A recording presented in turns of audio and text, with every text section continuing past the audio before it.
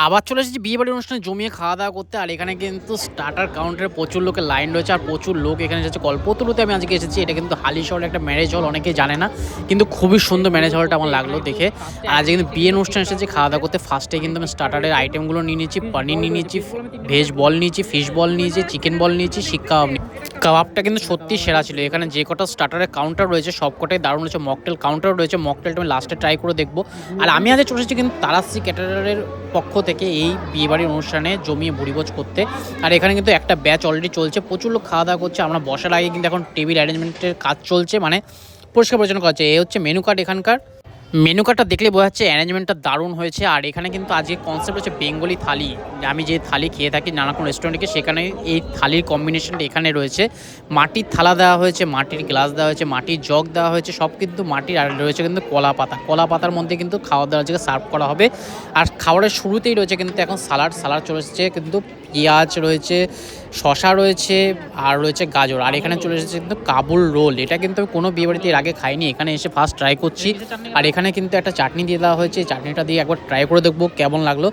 কারণ কি আমি এটা আগে কখনো ট্রাই করিনি, আর আমার কাছে এটা একটা ইউনিক আইটেম লাগলো। বেশ সুন্দর ছিল খেতে কাবুল রোলটা, কারণ কি এর মধ্যে যে স্টাফিংগুলো রয়েছে দারুণ ছিল। আর এখানে চলেছে কিন্তু গরমা গরম রুমালি রুটি আর ডাল মাখানি। দেখো একদম টেস্টি ভরে ডাল মাখানি এসেছে। ডাল মাখানি কালারটা দেখলেই বোঝা যাচ্ছে যে কতটা টেস্ট হতে পারে। রুমালি রুটি জাস্ট আমি টেস্ট করে দেখলাম, দারুণ ছিল। ডাল মাখানি কোয়ালিটি খুবই সুন্দর লাগলো আমার। নানা রকম ডালের ফ্লেভারগুলো আসছিলো, খুব সুন্দর লাগলো। রুমালি রুটি দিয়ে ডাল মাখানি খেলাম, দারুণ লাগলো। যাই হোক, এইটা খাওয়া শেষ হওয়ার পরে সাথে সাথে কিন্তু চলে আসলো চিংড়ি মালাইকারি। এরকমভাবে দেওয়া হয়েছে, এত বড় বড় সাইজের চিংড়ি। আর একটা পিস পোলাও চলে এসেছে একদম সাদা রাইসের মধ্যে, যেটা মানে মটরশুঁটি দিয়ে তৈরি করা হয়। খুব সুন্দর লাগে। এটা দিয়ে সব আইটেম কিন্তু ভালো লাগে, মাছ হোক মাংস হোক সমস্ত আইটেম ভালো লাগে। মাটনটা বেশি করে ভালো লাগে। আর এটা কিন্তু গলদা চিংড়ি, একদম বড় সাইজের। আর এটা দিয়ে এখন খাবো ভাতটা। অনেকেই বলে কিন্তু চিংড়ি মাছের মাথাতে সেই স্বাদ আছে, কিন্তু আমি চিংড়ি মাছের মাথাটা খাই না, সেজন্য সাইড করে রেখে দিলাম। বাকি বডির পার্টটা আমি পুরো খেয়ে নিচ্ছি, দারুণ লাগলো। আর ঝোলটা জাস্ট দারুণ হয়েছিল, মানে খুবই টেস্ট হয়েছিল। খুব পাতলা করে, এমন না খুব রিচ হয়েছিল, খুব ঘন হয়েছিল, সেরকম কোনো ব্যাপার না। ও কিন্তু জমিয়ে খেলো, ও কিন্তু বেশ ভালো লাগলো। যাই হোক, রাইস শেষ হয়ে গেছে, সেই জন্য রাইস নিয়ে নিলাম। রাইস দিয়ে অন্য আইটেম আসবে যেটা কিন্তু সবার প্রিয়, সেটা হচ্ছে মাটন কষা। মাটন কষা চলে এসেছে একদম ডেচকি ভরে সবার জন্য। আমি কিন্তু নিয়ে নিয়েছি ফার্স্টে কিন্তু 6 পিস মাটন নিয়ে নিয়েছি।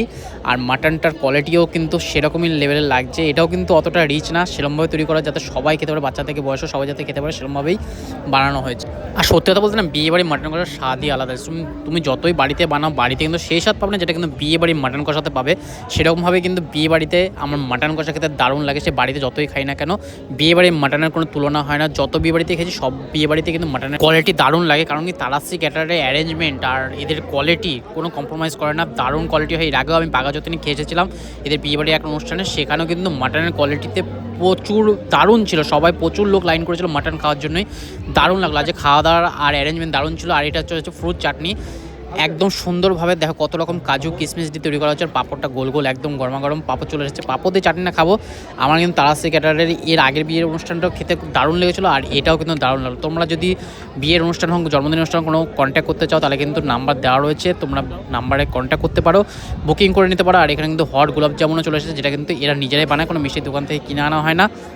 আশা করি তোমাদের ভিডিওটা ভালো লাগলো। ভিডিওটা ভালো লাগলে অবশ্যই কিন্তু লাইক শেয়ার কমেন্ট করতে ভুলো না। আর তোমাদের কোনো নেক্সট কোনো অনুষ্ঠান থাকলে সেখানেও কিন্তু বুকিং করতে পারো এই নাম্বারের মাধ্যমে কন্ট্যাক্ট করে তারাশ্রী ক্যাটারারকে, যার মালিকের নাম হচ্ছে জয়ন্ত দাস। তোমরা কল করে তার সাথে বুক করে নিতে পারো অ্যাপয়েন্টমেন্ট। দেখা হবে নতুন ভিডিও। Tata, bye bye.